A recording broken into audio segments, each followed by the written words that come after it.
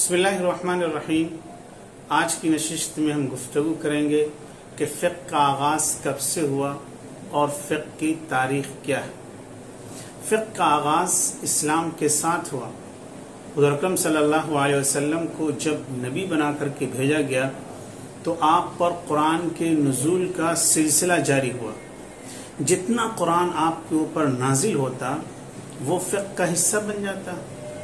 آپ کسی مسئلے میں فتویٰ دیتے، یہ فتویٰ فقہ کا حصہ بن جاتا۔ آپ کسی جھگڑے کا فیصلہ کرتے، یہ فیصلہ فقہ کا حصہ بن جاتا۔ آپ کسی سوال کا جواب دیتے، آپ کا جواب فقہ کا حصہ بن جاتا۔ اس دور میں فقہ کی بنیاد دو چیزوں پر تھی، ایک قرآن کریم اور نمبر 2 سنت رسول۔ حضور اکرم صلی اللہ علیہ وسلم کے بعد صحابہ کرام کا دور آیا اور صحابہ کرام کے سامنے کچھ ایسے مسائل پیش آئے جو مسائل حضور کے سامنے نہیں تھے۔ صحابہ کرام نے نصوص میں غور کیا، قرآن و سنت میں غور کر کے ان کے جوابات دریافت کیے اور انہوں نے نئے مسائل کا حل پیش کیا۔ صحابہ کرام نے جو مسائل لوگوں کو بتائے اور جو فتاوے دیے، یہ فتویٰ اور یہ مسئلہ بھی فقہ کا حصہ بن گیا۔ تو صحابہ کرام کے دور میں فقہ کی بنیاد 3 چیزوں پر ہو گئی، نمبر 1 قرآن کریم، نمبر 2 سنت رسول اور نمبر 3 صحابہ کے فتاوے، صحابہ کے اجتہادات۔ اس کے بعد تابعین کا دور آیا اور اسلامی سلطنت کا دائرہ بہت وسیع ہو گیا۔ بہت سی تحریکیں وجود میں آئیں، بہت سے نظریات وجود میں آئے اور عرب و عجم کا اختلاط ہوا۔ اسلام جزیرۃ العرب سے نکل کر کے عجم کے علاقے میں پھیل گیا۔ تو جب عرب و عجم کا اختلاط ہوا، آپس میں میل جول ہوا، دونوں کی تہذیبوں کا ٹکراؤ ہوا، دونوں کے کلچر کا ٹکراؤ ہوا، دونوں کی زبان کا ٹکراؤ ہوا، تو بہت سے نئے مسائل سامنے آئے جو مسائل نہ حضور کے زمانے میں تھے اور نہ صحابہ کرام کے زمانے میں تھے۔ یہ وہ دور تھا جب ائمہ مجتہدین نے اجتہاد کا سلسلہ شروع کر دیا،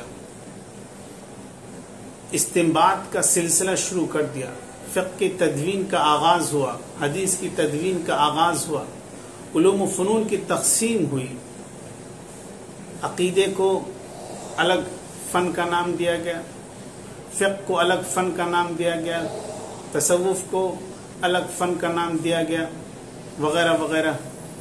تو یہ جو دور تھا، اس دور میں کثرت سے علمی خدمات کا ایک سلسلہ تھا اور فقہ کی تدوین کا سلسلہ بھی اسی دور میں شروع ہوا، حدیث کی تدوین کا سلسلہ بھی اسی دور میں شروع ہوا۔ اس دور میں فقہ کی بنیاد 4 چیزوں پر پڑ گئی، نمبر 1 قرآن کریم، نمبر 2 سنت رسول، نمبر 3 صحابہ کے فتاوے، صحابہ کے اجتہادات اور نمبر 4 ائمہ مجتہدین کے اجتہادات، تابعین کے اجتہادات۔ یہ سب 2 صدی ہجری میں اس کا آغاز ہوا۔ اس دور میں کتابوں کی تدوین کا سلسلہ بھی شروع ہوا اور فقہ کی تدوین کا سلسلہ بھی شروع ہوا۔ چنانچہ سب سے پہلی کتاب جو فقہ کے موضوع پر اور حدیث کے موضوع پر لکھی گئی وہ امام مالک کی موطا ہے۔ یہ کتاب بیک وقت فقہ کی بھی کتاب ہے، حدیث کی بھی کتاب ہے۔ یہ کتاب خلیفہ منصور کی گزارش پر لکھی گئی۔ اس کے بعد امام یوسف نے کئی کتابیں لکھی، پھر امام محمد نے 6 کتابیں لکھی جو فقہ حنفی کی بنیاد سمجھی جاتی ہیں۔ ان کتابوں کو ظاہر الروایہ کہا جاتا ہے اور یہ فقہ حنفی کی بنیاد ہے۔ امام شافعی نے الام نام سے ایک کتاب لکھی۔ یہ کتاب فقہ کی بھی کتاب ہے اور حدیث کی بھی کتاب ہے اور تفسیر کی بھی کتاب ہے۔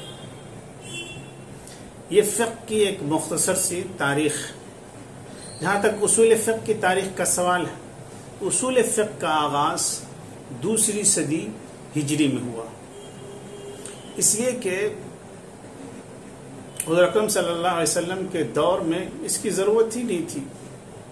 حضور کو اللہ تبارک و تعالیٰ نے جو اجتہاد کی صلاحیت دی تھی، آپ اس کی روشنی میں استنباط کرتے، اجتہاد کرتے، لوگوں کو مسئلہ بتاتے تھے۔ صحابہ کرام کا جب دور تھا تو صحابہ کرام کے اندر عربی زبان کو سمجھنے کی فطری صلاحیت تھی، ان کی پرورش نبوت کے آغوش میں ہوئی تھی، وہ قرآنی آیات کے شان نزول سے واقف تھے اور حدیث کے پس منظر سے واقف تھے، اسلام کے احکام کے کانسیپٹ کو، ماحول کو وہ اچھی طرح جانتے تھے، ان کی فطرت سلامت تھی، تو وہ اپنی فطری صلاحیت کی بنیاد پر اجتہاد کرتے تھے۔ عربی دانی کی جو ان کی صلاحیت تھی، جو ملکہ ان کے اندر تھا، اس صلاحیت کے ذریعے، اس ملکہ کے ذریعے وہ اجتہاد کرتے تھے، ان کو کسی قاعدے قانون کی ضرورت نہیں تھی۔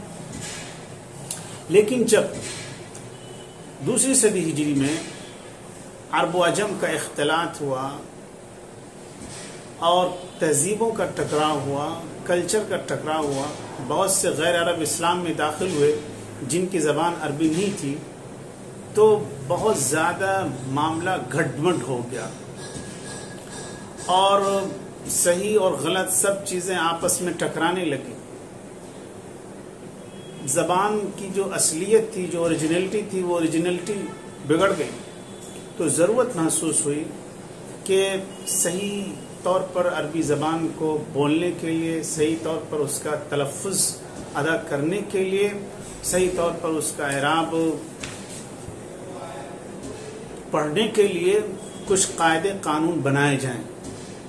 اسی دور میں علم صرف کا وجود ہوا، علم نحو کا وجود ہوا اور کچھ قاعدے لغوی اور اصول شریعت کے بنائے گئے، اجتہاد کے بنائے گئے، استنباط کے بنائے گئے، تاکہ ان کی روشنی میں صحیح طور پر اجتہاد کیا جائے، کتاب و سنت سے مسائل کا اخذ کیا جائے اور اسی طرح صحیح طور پر عربی زبان کی ادائیگی کی جائے، عربی زبان کا تلفظ کیا جائے۔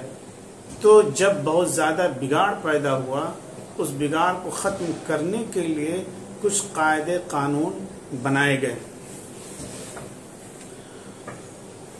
اسی دور میں ایک مسئلہ بھی پیش آیا کہ بہت سے لوگ ان چیزوں سے استدلال کرتے تھے جو ناقابل استدلال ہوتی تھی، اور بہت سے لوگ ان چیزوں کا انکار کر دیتے تھے جو قابل استدلال ہوتی تھی۔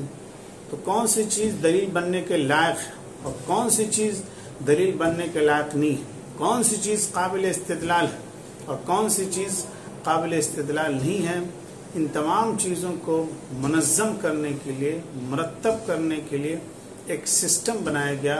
اسی سسٹم کا نام اصول فقہ ہے۔